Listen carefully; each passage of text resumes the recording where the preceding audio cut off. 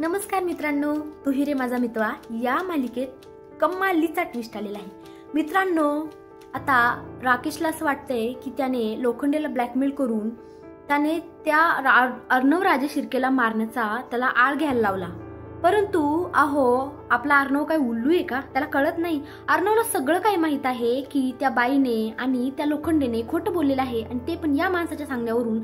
पण आता अर्णवकडे काही प्रूफच नाहीये की तो प्रूफ करू शकेल की हे सगळं काही राकेशने केलंय, ना की लोखंडे आणि त्या बाईने।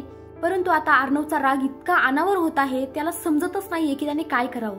मित्रांनो, जेव्हा माणसाला राग येतो ना, तेव्हा माणसाला सुचत नाही की त्याने नक्की काय करावं। आणि अर्णवचा चेहरा अगदी रागाने लालेबुंद झालेला आहे, आणि बिचारी ईश्वरी ईश्वरी त्याचा राग शांत करण्यासाठी खूप प्रयत्न करत आहे, पण तिला समजतच नाहीये पण काय करावं। परंतु एक बायकोच असते जी आपल्या रागवलेल्या नवऱ्याला अगदी शांत करू शकते, त्याच्या चेहऱ्यावर एक गोड स्माइल आणू शकते, आणि ते ईश्वरीने केलेलं आहे।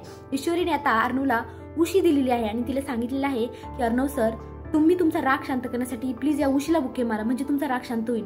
अर्णवला ती गोष्ट जरा थोडी बालिश वाटते, चाइल्डिश वाटते, परंतु तो ते ट्राय करतो। आणि मित्रांनो, आनंदाची गोष्ट म्हणजे अर्णवचा राग निघून जातो आणि त्याच्या चेहऱ्यावर एक गोड स्माइल येते। आणि बायकोला हवं तर काय असतं दुसरं आणखीन, आपल्या नवऱ्याच्या चेहऱ्यावर एक गोड स्माइल येणं, हीच तर तिच्यासाठी जगातली खूप मोठी गोष्ट असते, आणि ते ईश्वरीने करून दाखवलेलं आहे। ईश्वरी खूप आनंदी आहे, अर्णव सुद्धा खूप आनंदी आहे की ईश्वरीमुळे त्याच्या चेहऱ्यावर आनंद आला। मित्रांनो, दोघे जण खूप आनंदी आहेत, सकाळची मस्त फ्रेश झालेले आहेत, आणि आता ईश्वरीने आपल्या नवऱ्यासाठी सगळं काही, म्हणजे नाही का, अर्णवचं जॅकेट, त्याचे कपडे वगैरे सगळे असे बाहेर काढून ठेवलेले आहेत। मित्रांनो, आता एक बायकोच असते, बायकोला नवऱ्यासाठी खूप काही करू वाटतं। मग ते ऑफिसला जाताना त्याचा डबा देणं असो, त्याचं पॉकेट देणं असो, रुमाल देणं असो, म्हणजे खूप काही बऱ्याच गोष्टी असतात की ज्या बायकोला करू वाटतात। त्यापैकी एक गोष्ट आपल्या ईश्वरीने केली, ते म्हणजे अर्णवचे सगळे काही जे काही क्लोथ्स आहेत, कपडे आहेत, ते सगळे बाहेर काढून ठेवलेले आहेत। त्याचं कॉम्बिनेशन आउटफिट सगळं बाहेर काढून ठेवलेलं आहे, जे की अर्णव घालेल। पण मित्रांनो, तिने असा काही आउटफिट काय म्हणतात ना, सिलेक्ट केलेला आहे जो की अर्णवला आवडलेला नाही। अर्णव तिला बोलतो की मिस इंदौर, हे कसलं कॉम्बिनेशन आहे, असलं कॉम्बिनेशन मी घालत नाही। बिचारी थोडी नाराज होते। परंतु मित्रांनो, आश्चर्याची गोष्ट अशी की अर्णवने तेच कॉम्बिनेशन ट्राय केलेलं आहे, आणि ते त्याच्यावर एवढं सुंदर दिसत आहे, बाप रे।